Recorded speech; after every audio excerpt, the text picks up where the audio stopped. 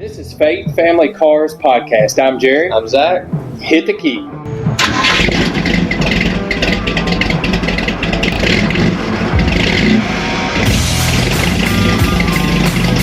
Whatever you do, work heartily as for the Lord and not for men, knowing that from the Lord you will receive the inheritance as your reward. You are serving the Lord Christ. That was Colossians 3:23 through 24.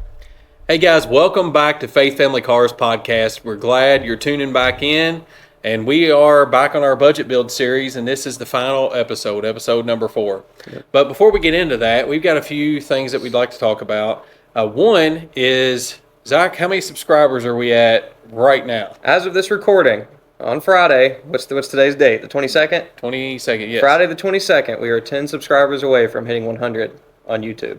Okay, so guys, we're a small podcast. Yeah. We're trying to make it. But 100 subscribers in 3 months ain't bad. Yeah, I don't think it's terrible. And we're happy with that. Yeah. But we're asking you all to push us over that 100 mark. Yep. Okay, we need 10 more subscribers as of today. Now, when this airs in a few days, we may be a little closer to our goal. But what we're asking you to do is share this podcast. Okay, yep. Share some of the older.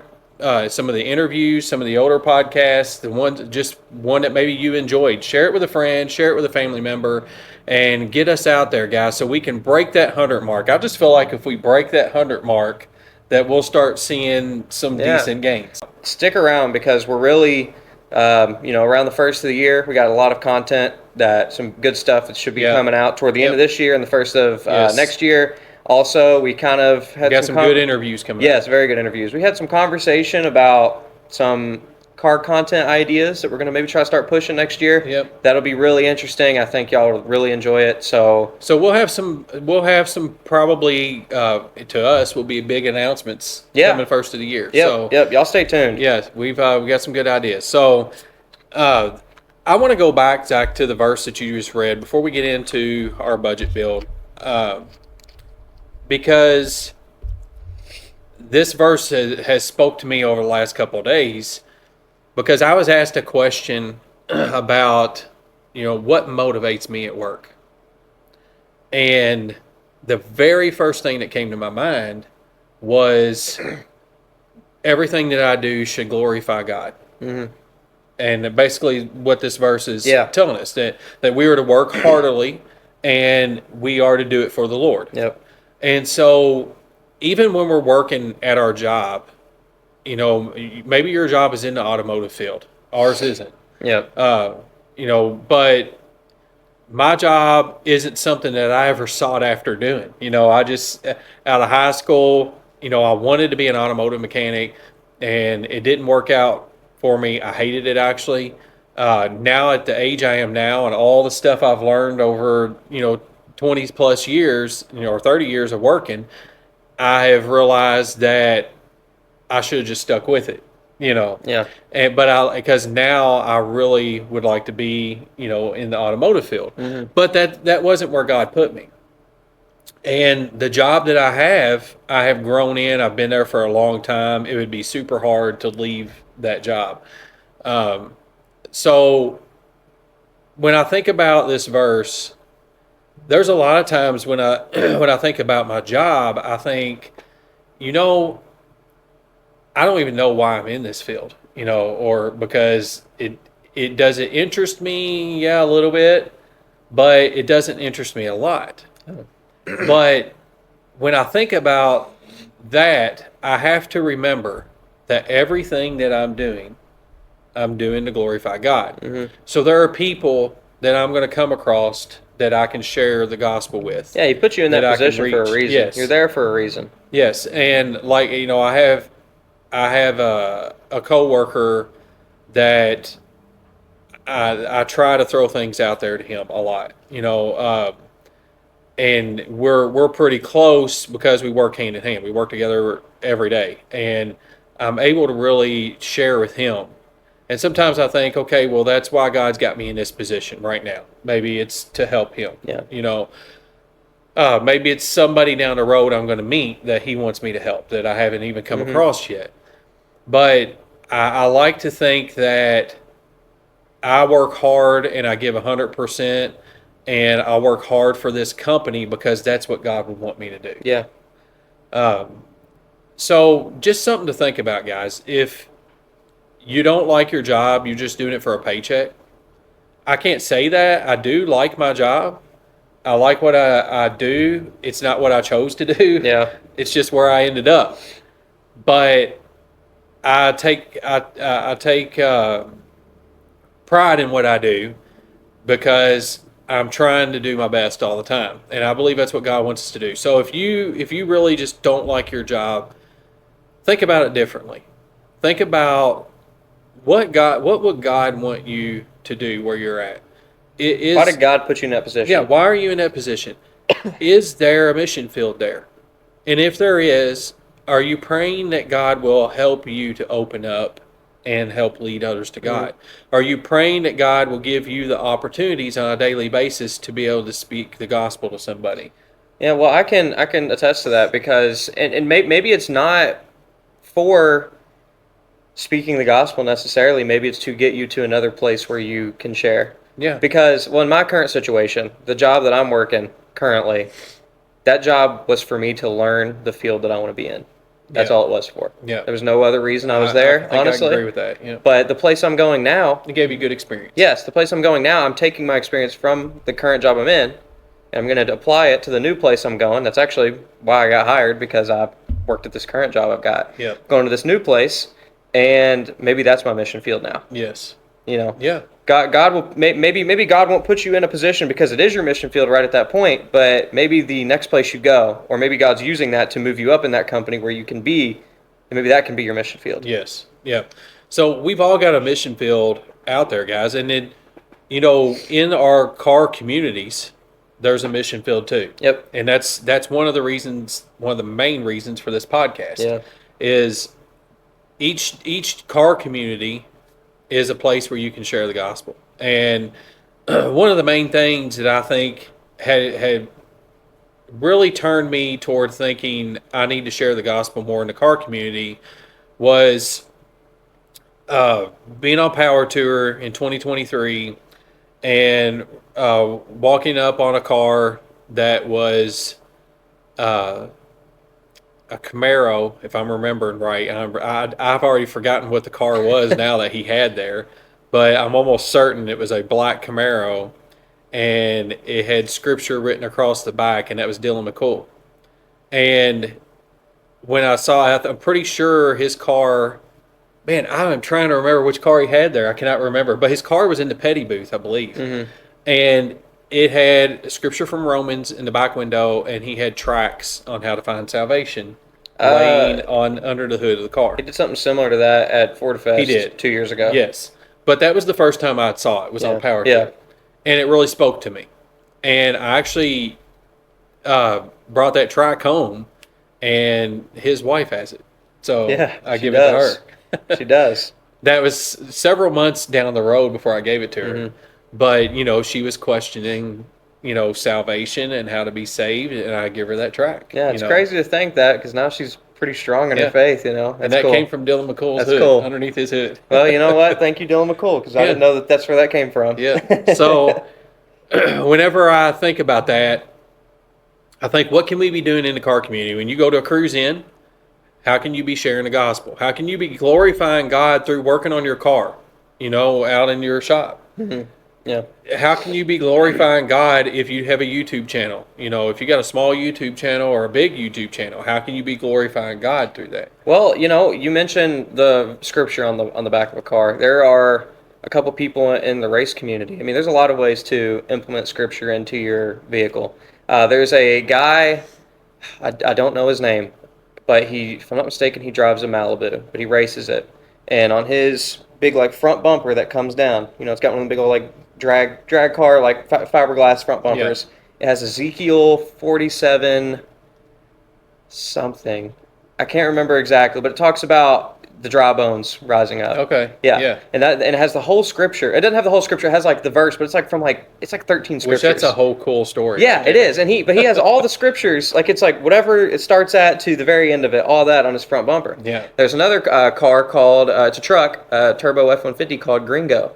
If I'm not mistaken, I think Midnight Performance built it, which is, if you know anything about F-150s, I mean, Midnight Performance is huge in that scene. But he has John 3:16 on the back of his truck. Yeah. And it's wrapped, his truck's wrapped, and it is a reflective color. So when they race, the light flashes off of it, and you see John 3:16 real cool. flashy on the back of the that's truck. cool. Yeah. So I mean, there's multiple ways to do it. You can Well, like spread the all of our gospel cars have "Real Men Love Jesus." With, Romans 1:16. 1:16, which is our theme verse. For Well, this I mean, and we've podcast. also got our podcast stickers on our cars, Yes. which is faith based as well. So Yeah, and I'm thinking, car community, your job, even in your community, how can you glorify God through what you're doing? And it could be something as simple as a sticker, or something as big as you talking to someone about it. Yeah, and I think on a daily basis, we should be asking God, what can I do today to glorify you? Yeah. In our normal daily walk, we want to be doing that regardless. We want to be a lighthouse, for the gospel. But I pray that God gives me opportunities. It's very rare that I go into the office and work, but each time I actually go into the office at work, my prayer on the way there is, God, give me an opportunity today to share the gospel. Yeah. And it's just because I want to be in God's will. And that scripture from Colossians there, I think, really is telling us that we need to be seeking to always glorify God through everything that we do. Well, and if you continue on, God's always got something in store for you. Because if you work for God, right here, whatever you do, work heartily as for the Lord. You work for God, He's got something in store for you. Because right after that it says, knowing that from the Lord you receive the inheritance as your reward. That's right. So we got heaven waiting for us. We got heaven waiting for us. Yep. Got heaven waiting. Not just doing it for no reason. Yeah. So I wanted to go ahead and talk about that, because when he started reading that, when we picked this scripture, I knew that I wanted to bring up, the question that was recently asked me. Yeah.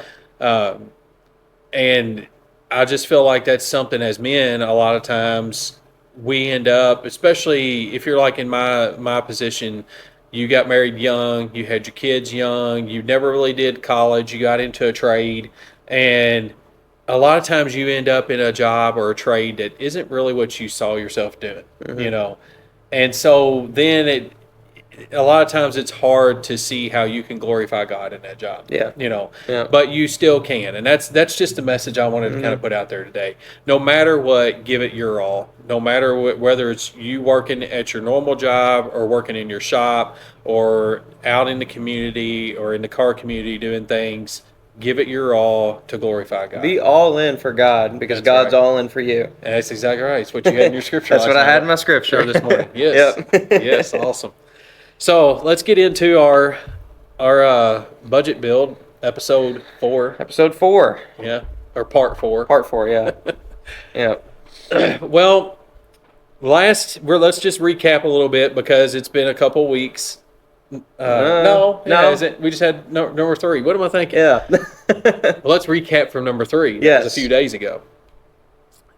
We talked about prioritizing your time, which both that rings true and hits home hard to both of us. Yeah, because we're big. Do it all as fast as you can. Knock it out. Buy as many parts as you can right then and there. Yes. It's bad. It's not good. Which gets me in trouble at work too. That's my mind, guys, has been on work because we've had so much going on at work. But that gets me in trouble at work. Yeah, yeah. It gets me messed up because sometimes I'm scrolling Marketplace when... No, that's not my problem. My problem is go, knock it all out. Yeah. And you get people angry with you because they don't move at the same pace. Oh, yeah. So. No, I get that too. But no, my issue is when I get gung-ho on a vehicle, it is checking Marketplace frequently when I shouldn't be. Yeah, well, that reminds me of when we were talking about this the other day when you were in elementary school.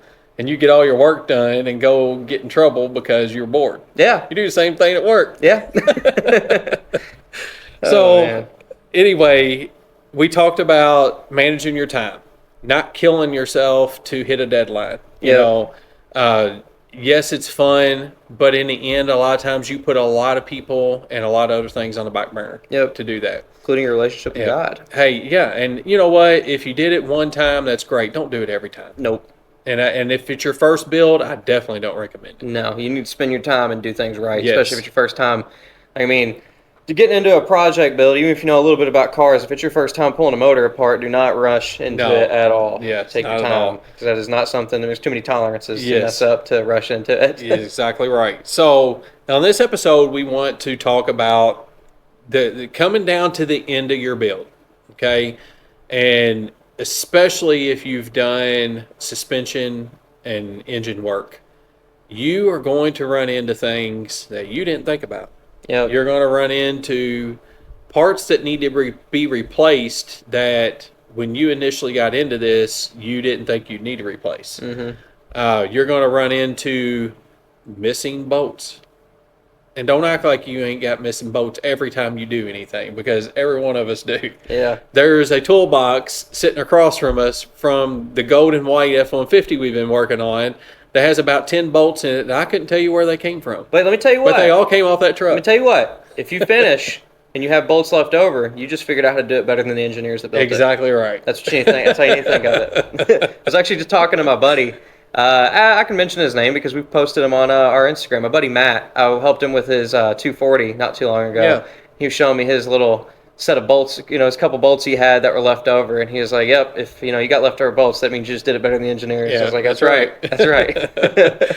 So you know that there are going to be bolts that have to be replaced that you didn't think of, hardware that has to be replaced. You may end up needing to buy like some pigtails for some of the plug-ins Yep. that you didn't realize were going to be corroded or bad. There's just all sorts of stuff that you run into that in the end you end up spending several $100s on Yep. that you didn't plan on. It's always good to have a little extra money in the budget. And that's why when we first talked about our budgets, we said leave extra money at the end. But I'm telling you all, it always happens. Always happens. Always happens. No matter everything that we have ever done in here that was a major project, in the end, we ended up having to spend extra money on stuff. Yep. And one of my problems is, and if this is you, you need to be thinking about this when you set your initial budget. But one of my problems is when I get into something and I'm working on it, I'm like, well, I'm already here. I might as well replace this, this, and this. That's my problem. Yeah, and it's like, well, there's an extra $500 or there's an extra $300, and it's like, man, I didn't plan to spend that. It really but I sucks. need to just do it. It really sucks when you're doing it when you're working on a motor, because then you start Yes. spending a whole lot of money, and that's Yep. what happened to me. And then my motor broke, and all of it went to waste. So, in another example is like right now, my brother's working on his Corvette. Yep. And he's tore down the top end of the motor just to do some resealing, okay? Because this car's been sitting for 12 years. And he got so far down, he's like, come over here and look at this. And I went over and we looked at it, and he's like, should I go ahead and replace this, and this? And I'm like, might as well. you're all the way down this far, Yeah. you might as well replace it all. Yeah. And that wasn't initially his plan. Yeah. But he's sitting back looking at it, and he's just thinking the same thing I would. Well, why not go ahead and do it while I'm already here? Yep. Yep. And so that's the kind of things that you need to leave yourself that cushion at the end of your build to have the money to do those things. Yep. Because you don't want to get stuck with all this stuff later down the road that you wish you'd already went done that's going bad. Yeah. Or plug-ins that you're not getting good connection out of. Or you don't want to get stuck with some rusty bolts that you're trying to clean that you could just go buy some new bolts. Yeah. Something I've found that I've ran into with my car is like when we were getting ready to start it, I had bought everything I needed, spent honestly not a lot of money, but for me at the time it seemed like a whole bunch, and it kind of is. I mean, about $1,000, about $1,000 into it, and we're ready to get started. I'm all gung ho about it. Well, we get it started, but I still have to buy coolant. I still have to buy Freon. Yeah. I still have to buy brake fluid. I still have to bleed the brakes. Yeah. All these little things that you just kind of forget about. Even if they don't cost a ton of money, it all stacks up. Hey, fluids add up. That adds up a lot. Because, Yeah. I mean, you're like, oh, man, $17 for a gallon of antifreeze. a gallon of antifrease, and then you can split it, and you got two. Yeah. But then, then you got to buy Freon, which that's like, what, $25? Yeah, $9 a quart for oil. Yeah. I mean, Yeah. whatever kind of oil you're using. Of course, we're Yeah. using AMS oil here. Yep. But so we're looking at $9 a quart. Yeah. Well, and then if you're going for like more of a race motor, you might need a thicker oil. It's going to cost you more. $10 or $12 a quart. Yep. So I mean, then you got to think about brake fluid because for me, I've rebuilt my front suspension. I've got to rebleed my brakes. I got to get brake fluid. you're easily over $100 in fluids. Yeah, just and that's fluids alone. something you gotta think. And that's about. something I forgot about. Yeah. I built my whole thing. I'm like, oh, I'm done spending money. Nope. No, you got all the fluids still. Yep. Yep. So you got to keep in mind all the extras because it is going to happen, and try to make sure you've left yourself enough money. Mm-hmm.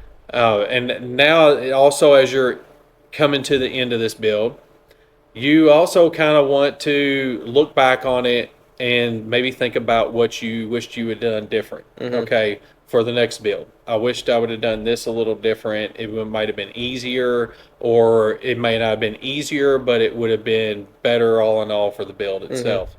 Well, the one good thing to remember too is the build's not ever finished. No, so it's not. You could go back and do that to that vehicle if you needed to later on. But I've looked back at things like on my truck and been in hindsight like, man, I wish I would have just went ahead and budgeted and spent the money to do this before I did some of this other stuff. Yeah, you already had the truck pulled apart. Might as well have done it and just kind of let it go. Yeah, so I always think it's a good time once you've got it going and you're starting to enjoy it to reflect on the build and think about, okay, here's where I'm at.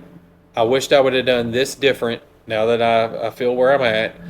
And then know that for the next build, you may do these things differently. But here's another thing I want to mention. On the other side, flip side of that, you don't want to get hung up on stuff like, I've got to pull apart this far. Maybe I should go ahead and replace this sometimes, because then you get to a point where if you don't have that money for it immediately, you've spent money out of your budget. You spent money out of your budget, one, or you have to save for it and your car is sitting for a long time. Yeah, I get that. And I've ran into that situation myself. Money just wasn't there yet, and a car sits on the back burner for months at a time because you got to wait till you can get the part you need.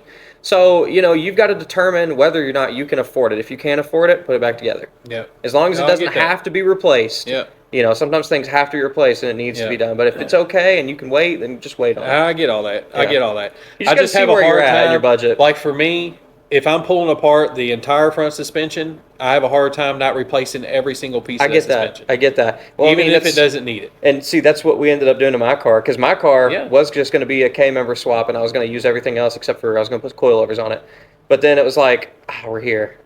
Let's put lower control arms on. Let's do lower control arms. Let's do tie rods. Let's do everything. Put coilovers on. Exactly, everything.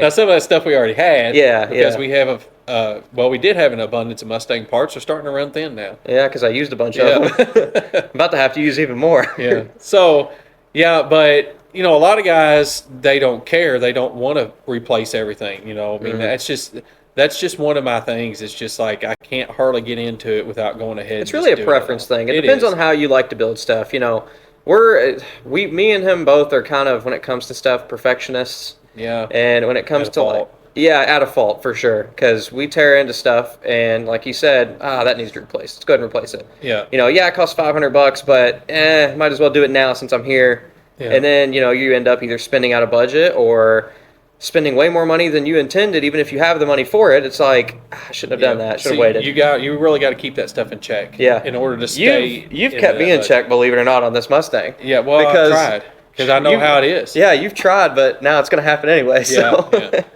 Well, circumstances have changed. Yeah, circumstances have changed, but So, I just I'm thinking about like on my truck. There's so many things that I just went ahead and did. And it also extended out my time working on it too. Yeah, less time driving. Yeah, and that sucks. Whenever you just kind of, you may have the money to spend the extra money on it and replace all those parts, but then you're down longer. Yeah, and when it's your pride and joy, and you just want to drive it because it's been down a year, it's like, dang, I just kind of want to get it back on the road. I think right now, like after COVID, prices of parts just kind of skyrocketed. I mean, I don't know if they skyrocketed, but they went up a lot. Yeah. Okay. And availability wasn't quite there a lot of times. Honestly, with my F100, I didn't have any issues with availability at all on anything. And I was hearing all these stories, And I'm like, all my stuff's coming quick. Yeah. Maybe it's because nobody's building an 82 F100. Could be. You know? Well, nobody's But- also building a 306. So. No. So I didn't have any issues with parts. I mean, Yeah. I just got stuff quickly. One of the things that just blew my mind is the Aussie intake, which is manufactured in Australia. They have a warehouse in California. I ordered that thing, and within 5 days, it was sitting on my door. Came all the way across the country. Yeah, That's and crazy. it was like I couldn't believe it. It was right when COVID had started. But when I emailed them about it, they were like, "Oh, we actually just got a shipment that arrived in California. Oh, cool. So we'll be able to ship That it straight worked out." out. And I was like, "Okay, That awesome." worked out because you might have been waiting a month if it wasn't that way. Yes, because- well, there was a lot of during COVID. There was a whole lot of shipping issues. Yeah. Like, well, everybody knew there was traveling issues, but there was like getting stuff shipped out was insane. I remember I Yeah. bought a T-shirt from a YouTuber in Japan, and I didn't get that shirt for like 6 months. Yeah. It was crazy because they had like, all these countries had laws Had on all what they kinds can of- ship yeah. out. Well, one thing that Aussie Speed did too during COVID is they started sending a lot of their stuff air freight Oh yeah, instead of by ship. Yeah. So that helped out. But I don't think we're having that much problem now with parts availability. no. Everything's pretty quick to get, but with inflation, the prices are high. yeah. Things have went up a lot, which makes the guys like us that are trying to stick to a budget makes things hard. Yeah. So But I mean, that's the way things go. You yeah. know? So leave room at the end of that build for the whatevers that can happen because Yes. they're going to happen. Yes. They are definitely going to happen. So also today we're going to finish looking at our builds. Y'all pretty much have seen the end Yeah. of mine. But we get to see final pricing. we're gonna show final pricing Yeah. today. Yeah. Yep. So you want to go ahead and start? Yeah, so my build I haven't really completed yet, like in the previous episodes, because it's a little bit longer of a build. You know, engine Yeah. swaps aren't super Well, fast. you went a lot more in depth, and you're showing a different. Well, not my pencil down. You're showing still a budget build, but something that would be a little more in depth, that would cost a little Yeah. more money, Time but would still consuming. be under a $10,000 budget. Yeah, yeah. This is something more of like And you said I think it's a 92. 92 Civic. Yep, EG hatch. We don't care about none of that. Well, that's the code for it. It's like an S550 Mustang, except it's EG. Civic. Yep, Civic hatch. Yep. These are really nice cars. I actually saw one more recently for sale, same color. I did too. I love it. I think we probably saw the same. Probably did. I think it was running too. Yeah, I'd love to it get a was. hold of one of those cars. Anyway, so this is what we've already talked about. I'm going to go through what we've Yeah. already talked about, and then I'll get to what we haven't talked about yet. So I need to write pricing down. Yes, yeah. Okay. So the car itself is $1,800. All right. $1,800. Yep, for the car. Then after that, we got in the last episode we got the motor for $625.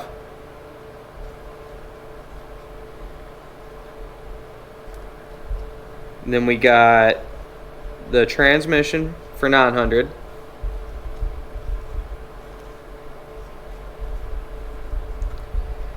Then the engine harness was $300.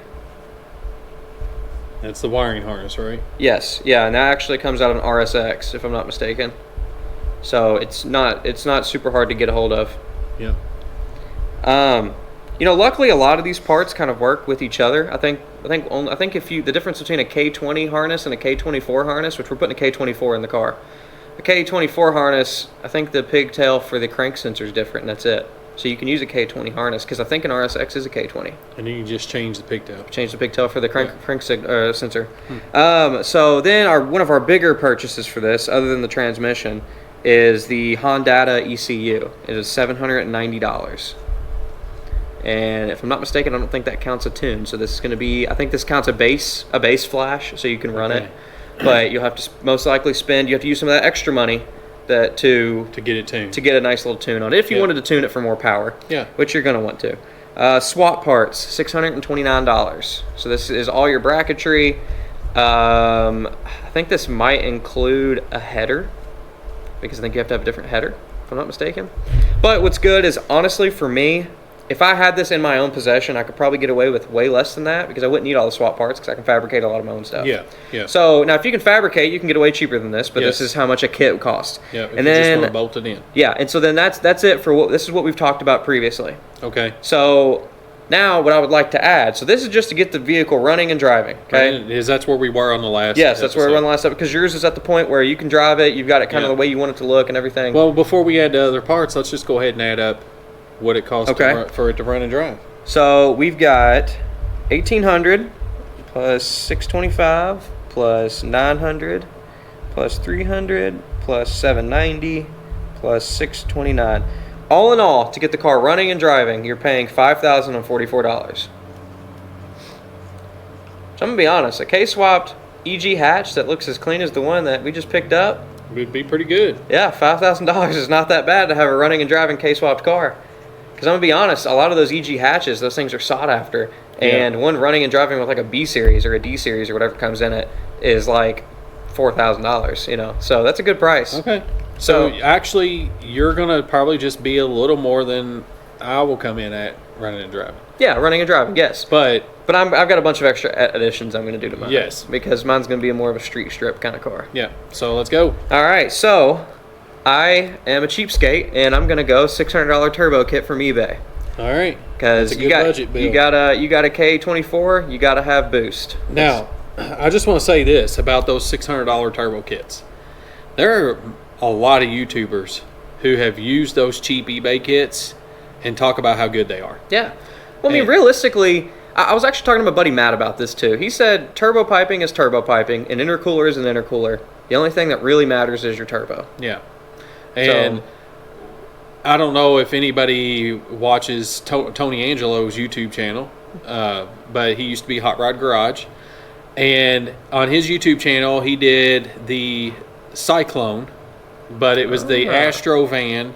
They used the Astro van. I've seen this. You know, all-wheel drive system with the 4.3, and they turboed that 4.3. That's cool. He buys an eBay kit, and he uses that eBay kit, and he welds it all and everything himself, all the piping from that eBay kit. There's only a couple little pieces that he had to go buy to add to it to route the piping the way he needed it. Yeah. But everything else he used out of the kit, including the turbo. Yeah. And he talks about, for a $600 kit, how good this kit is. Yeah. There's a lot of different ones too. You can find them on Amazon and eBay. There's a bunch of different options. Yeah. So I think that since he did that he's changed the turbo on it and put a bigger turbo on it. Yeah, which, I mean, it's bound to happen because I think a lot of these kits really only come with like a 45 millimeter, I think. Yeah, but if you're just wanting to make nice noises and add a little power, Yeah. then... Which, I mean, for our little 4-cylinder Civic build Exactly. we're looking at, I mean, you don't need a ton of boost, for especially because we have stock $600 internals. So. $600, if the turbo lasted a year, Yeah. Well, I mean, then you can more than well got your money worth. Then you can upgrade. I mean, realistically, you could essentially upgrade to anything you can find on Marketplace. I mean, I've seen people put cat turbos Yeah. on their stuff. And I mean, it's just because it's a bigger turbo and it's built to last because it's on a Caterpillar, you know? Yeah. I mean, it's gonna last. Yeah. So, those turbo kits are, you know, we've seen them work time and time again, so it'll do exactly what I need it to do on this build. That might end up being what's on my F100 one day. It's going to be what's on my Mustang. Yeah. So yeah, spoiler alert, my Mustang's getting turboed, and that's what's going to happen to it. So, so wheels and tires. I actually today found a set of Civic Si wheels. I think they're from a 92 to 95. I think they look pretty clean. They're nothing spectacular. Okay. If you want something really fancy, you can spend your money on that if you want. But it's keeping the car stock looking like a sleeper. Yeah. That's what you're... Civic Si wheels, and I didn't know this, but they're Inkies. Okay. Stock Civic Si wheels from 92, 95 are Inkies. That's pretty cool. Yeah. $400 for the wheels. Okay. And then I'm going to get me some nice sticky tires. And these are only 14-inch wheels, so tires are going to be cheap. So tires will be about $400 as well. So Somebody just said no way, but I'm telling you, on eBay, these deals are out there. yeah. Well, I think we mentioned this in a previous episode, we but did. Dad is the tire king. He will Well, find any tire for a great price. So, You can get these tires that he's wanting for $400. well, I mean, what you put Toyos on the Mustang for like $300 for the rears? Yeah, for the rears. Yeah, I did. And I mean, those are 315s. That's a Yes. big tire. Yeah. So that's not a bad price.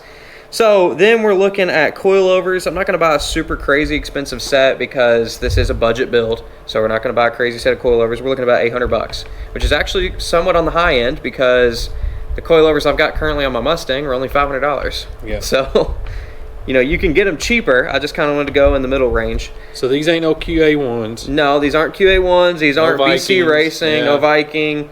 These are like max beating rods. So Yeah. we're looking at cheap stuff. Then suspension, which I cannot remember the brands, but I will find these brands, and I'm guessing we'll put some pictures up like we have been. I'll find these brands, and we'll put these up with the pictures. Okay. But my suspension kit, I think it's just for the front, just a front suspension kit with like sway bars, things like that, $400. Okay.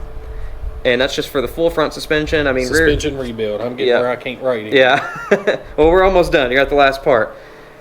So then, for a Civic, we need a traction bar. And traction bar is about $400 because we need to keep that power to the ground. Boy. Now, you can probably find a cheaper one, and you might even be able to find them in your suspension rebuild kit that you buy. But, you can probably find it cheaper. This is kind of just what I found when I was, skimming through because I knew I would need it to keep my power on the ground.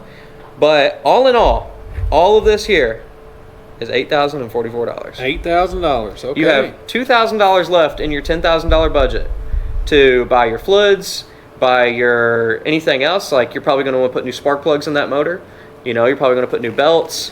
All of that, once you get it all done, you've still got about $2,000 left. So, like I said, belts, plugs, fluids, anything else. Maybe if you wanted to spend extra on your wheels and tires, you got extra money to spend on your wheels and tires because I know not everybody's going to want stock, Civic Si wheels, but I think they look cool. So, yeah. You've got room to put a little bit more money somewhere, and who knows, this traction bar, you may be able to spend less money on this and put more money to your extra. Same thing with swap parts. If you're a fabricator or a welder like we are, we're not fabricators, but I'm a welder. We like to act like we can fabricate. We like to do stuff on our own is what you're trying to say here. So we can probably get away maybe $200 cheaper because we can get less bracketry. Yeah. So really, I know everybody, when they first heard me talking about it, they're like, man, this kid's in it over his head. And I was. But I did more research, and under $10,000, you got about a 300, 400 horsepower car that weighs like 2,800 pounds. What I like about it is it's a sleeper because especially with the stock Inkies on it. Yeah, and that's what makes it a sleeper to me. I mean, it'll be a cool little ride that looks factory. Yeah. So. And also, one thing I did not factor in, which we'll add an extra $100 for, I completely forgot about it, exhaust. Just an extra $100 because stainless kit from Amazon. Yes, stainless kit from Amazon, and I'll run no muffler and just run my exhaust off my turbo because my turbo will act as my muffler. Yep. So we'll just run exhaust off the turbo. So let's add $100 to that. So $81.44. $81.44. Yeah. And just so you guys, you heard me just mention the Amazon kit. I think we've mentioned this before. Yeah. But the stainless Amazon kits are really good. It's not bad. I mean, the fitment's kind of rough. Yeah. But I mean, if you're a welder, you can make it work. Yeah. If you don't really have a lot of experience, it might be a little bit more struggle, but a hammer can fix that. So all I know is the kit that we bought for my truck that you TIG welded turned out really nice. Yeah, it TIGs pretty well. Really good. It TIGs pretty well. I've had trouble with some of this like cheap O'Reilly stuff. This is better than that. You'll get, yes, it's going to cost you $100 and not as cheap as the O'Reilly stuff will cost you, but it'll do what you need it to do. That's right. So I think $8,000 for a K-swap Civic, turbo K-swap Civic. I mean, 300, 400 horsepower. That's a good deal in my opinion. That's a good deal. That little BO car with 300 horsepower would be a blast. Oh yeah, and you probably get pretty good quarter mile times. Yeah. If you want to take it to the track. All right, you ready? Oh, man, I guess so. Everybody gets to see my bad handwriting. 89 C1500. All right, hold on. See, it's going to be hard because I'm right-handed.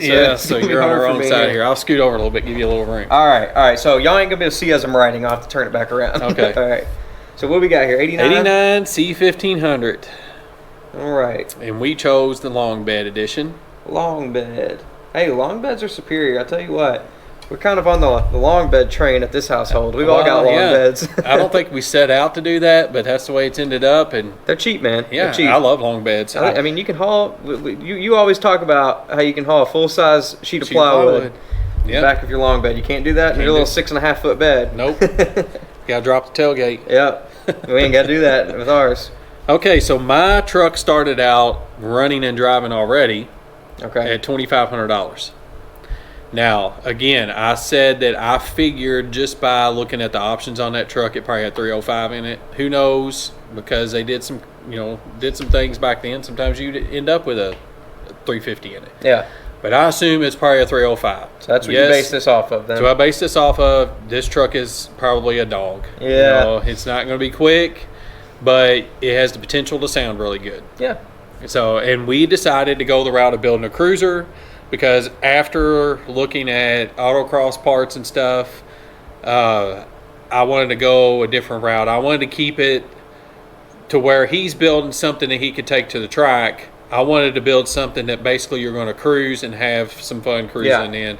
So you can see the opposite ends of the spectrum. So I built a budget motorsports vehicle, and you built a budget everyday you want to daily drive it, do whatever you want. Yep.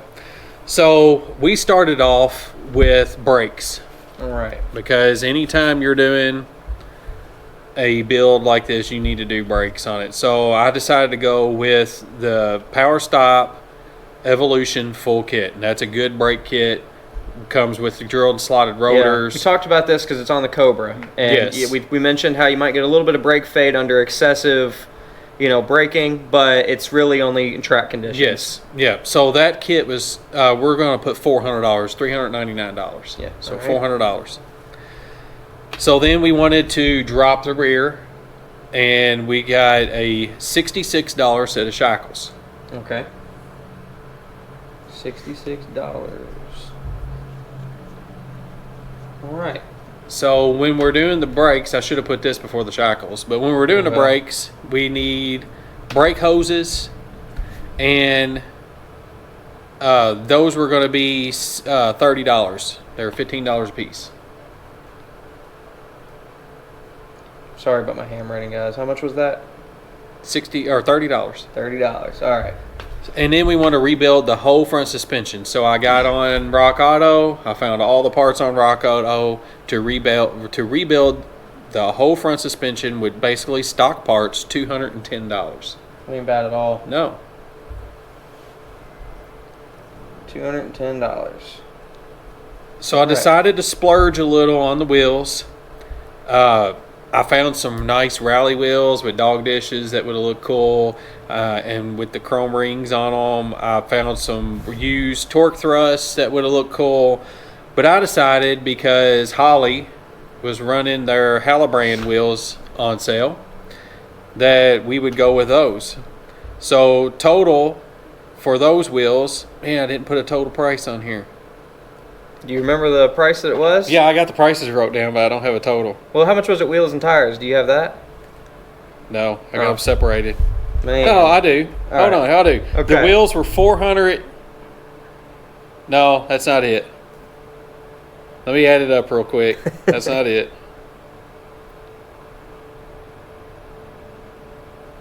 Oh, I see what you did. All right.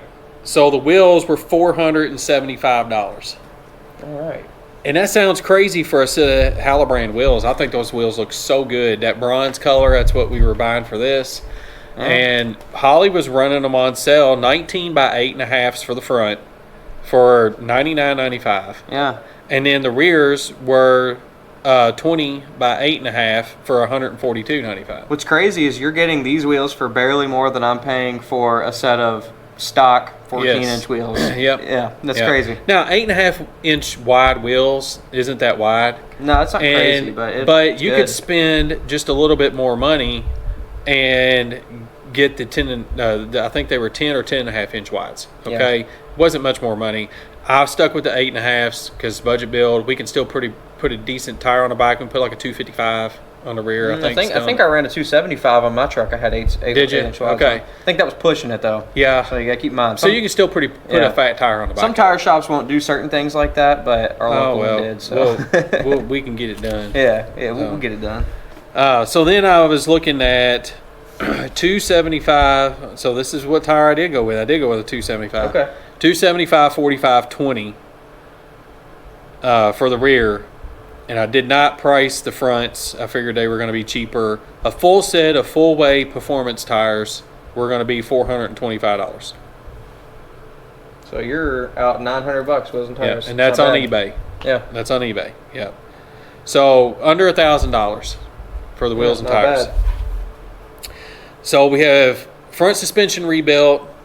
We've got. Oh, I forgot about lowering the front. Yeah. Because that cost us nothing because we just cut the springs. Yep, when okay. we rebuilt the suspension. All right, Okay. so And I know a lot of people say it's a big no-no, but we're doing this on a budget and we're getting this truck on the road so we can cruise it to the first cruise in. And guess what? Nobody at your local cruise in is going to be looking to see if you cut your springs or not, and they're never going to tell if you did anyway. yeah, they're only going to know when you hit a pothole and you drop your front suspension. That's what they're Exactly. going to know because it rides so stiff. But that's okay. Yeah. That's okay. That gets you going, and you know what? You're going to be so excited about driving this truck. Oh, yeah. You ain't going to care about that ride right away. Yeah. It's going to come down the road. You're going to be like, okay, we're going to go ahead and do spindles on it now. I mean, we've saved some money. Now we're going to do drop spindles. We drove plenty of stuff with cut springs. I mean, we drove that Falcon all over the place all with over cut the place. springs. And they didn't ride that bad. That car rode better than most of the cars in our driveway. Yeah. Even my wife's Nissan Maxima, and that is no lie. Yeah. Everybody in the family will attest to that. Yeah, that Falcon rode. Even with cut springs. That Falcon rode, I mean, I think the seats helped I think so too. because they kind of bounced in the Yeah. seat. That car rode good. That though. car was a nice car. I like it. Okay, so now you're going to want it to sound good. This is one of the last things on this truck. And a 305, yes, it can sound good. And that's about all you can do. Yeah. Hindsight, when I'm thinking about this, it probably wouldn't have hurt to pull that motor apart and put a cam in it. And It probably wouldn't have ran you much either. no, it wouldn't have. Probably about $300. Yeah. You know, to make it sound really good. At least get it chopping.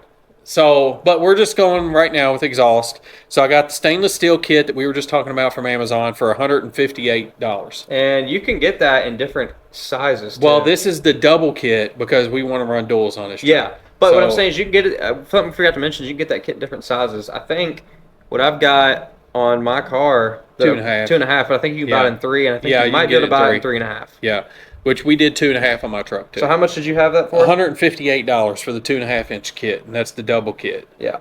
All right. The normal kit is only like $98 for Yep. just a single kit.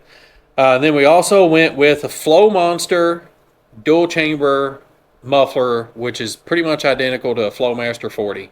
And I'm going to tell y'all right now, I'll put those on my Cobra, this exact muffler on my Cobra, and this muffler sounds awesome. It sounds It really sounds good. really good. It sounds better than any of the mufflers we've had on there. Yeah.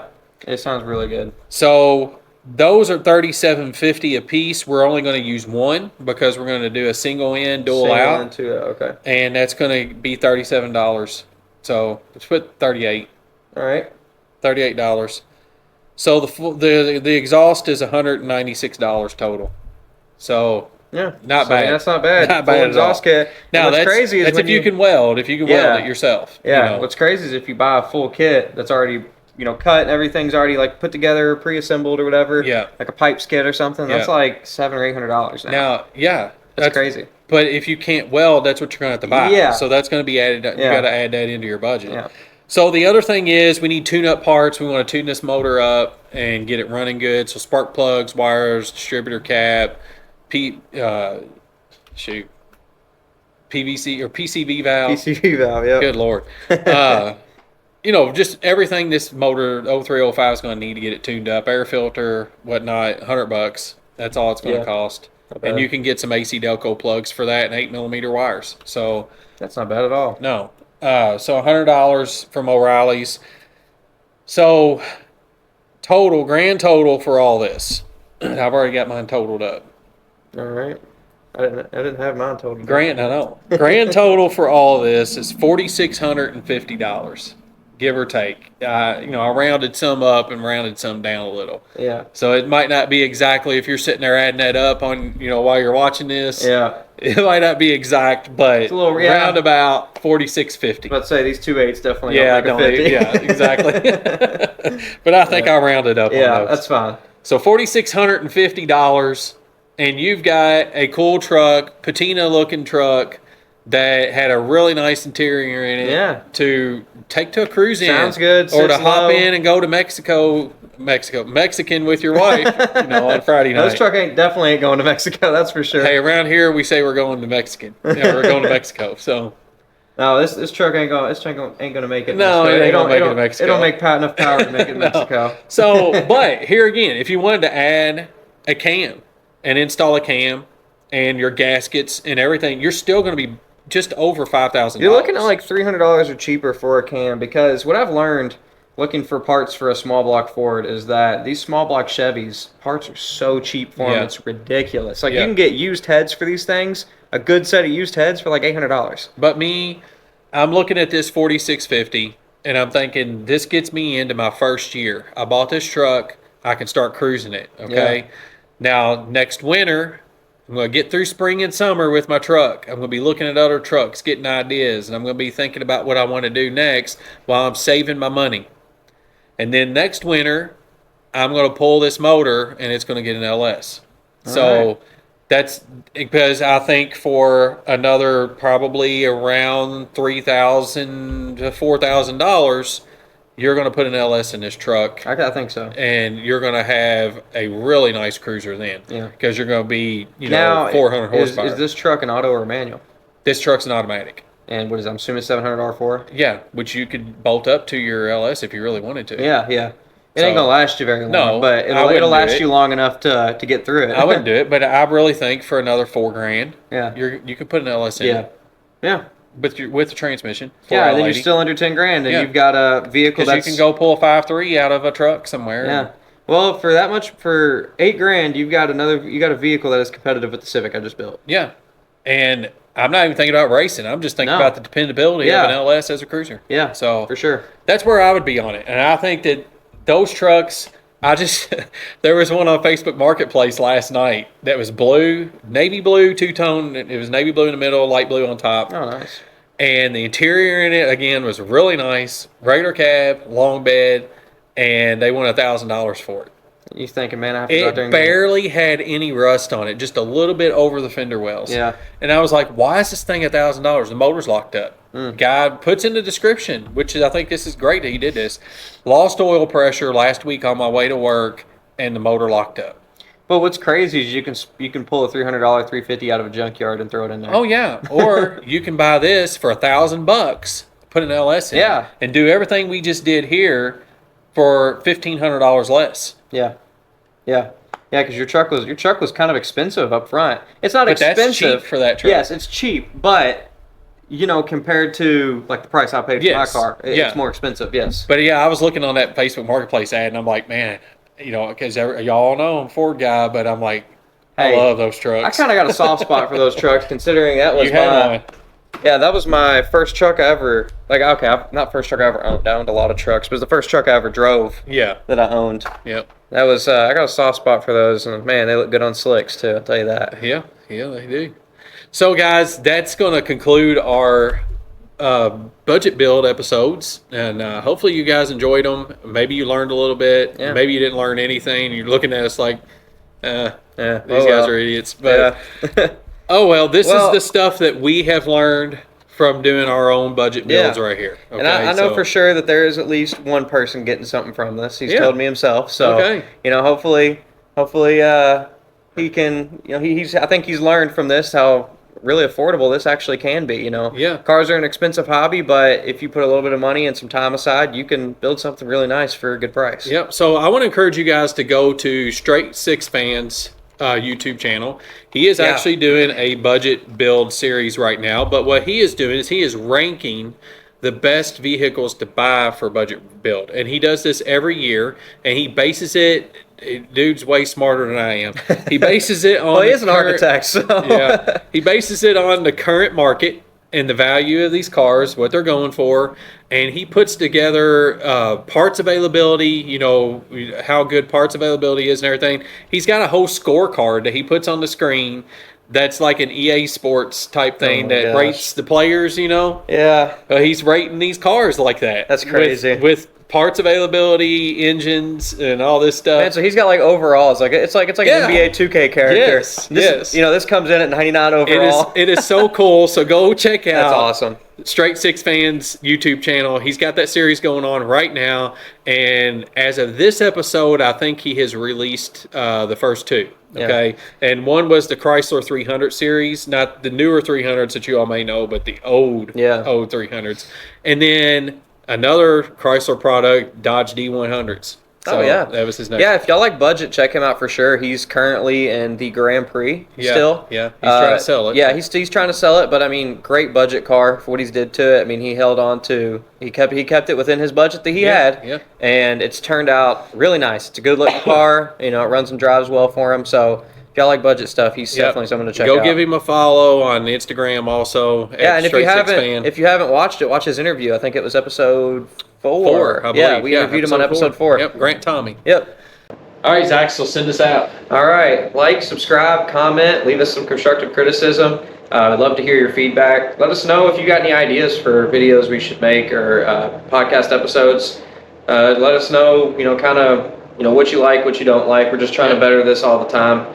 Trying to reach as many people as we can, so share it to all your friends. Share it. Help us get those 10 more subscribers. Yes, we are very close. Very close, and 100 would be awesome. It would be. So it'd be a good way to celebrate Thanksgiving. Yeah. Check out all our old episodes if you haven't watched them. We've got a ton of great interviews. I know one that's really popping off is the Mark Frisbee interviews. Yep. Those have gotten lots of views for our channel, so check that one out. I personally am a big fan of the Trevor Evans episode. Yeah, check it out, guys. You guys want to hear his testimony. Very powerful. I've talked to someone just last week who said that they loved that episode. It was very powerful. So check it all out. I mean, check out all of our content. Check our Instagram, our TikTok. We upload 3 verses a week every week to kind of give you some encouragement through the week. Yeah, and we know that we have other content that we'll just throw out there too. Yeah, we've got some other random stuff that kind of pops up, but we're kind of working on some new content for next year, so y'all stay tuned. And something exciting to look forward to is this is airing on Tuesday. On Thursday, we got another podcast, a special edition Thanksgiving podcast that'll be out as well. So find it and listen to it also. I think it's going to bless your heart. Yeah, a little bit shorter of an episode, but it'll be something good to really kick off this Thanksgiving season. Yeah. So, guys, we love you all. We appreciate you, and we'll see you next time.